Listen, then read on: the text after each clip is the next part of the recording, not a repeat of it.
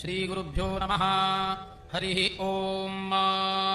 ईदं विष्णुर्द्विचक्रनेत्रे निदधे पदं वा समूढस्य वाग्मुसुरे स्वाहा।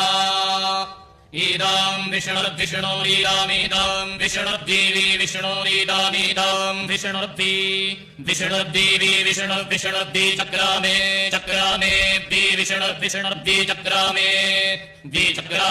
चक्रमे देवी चक्रमे त्रेधा चक्रमे देवी चक्रमे त्रेधा चक्रमे त्रेधा चक्रमे त्रेधा त्रेधा चक्रमे त्रेधानि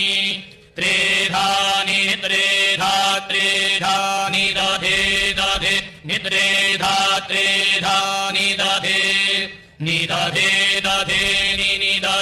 पदं दधे निदधे पदं दधे पदं दधे पदं पदमिति पदं समूढमस्यास्य समूढमस्य भाग्मुसुरेस्य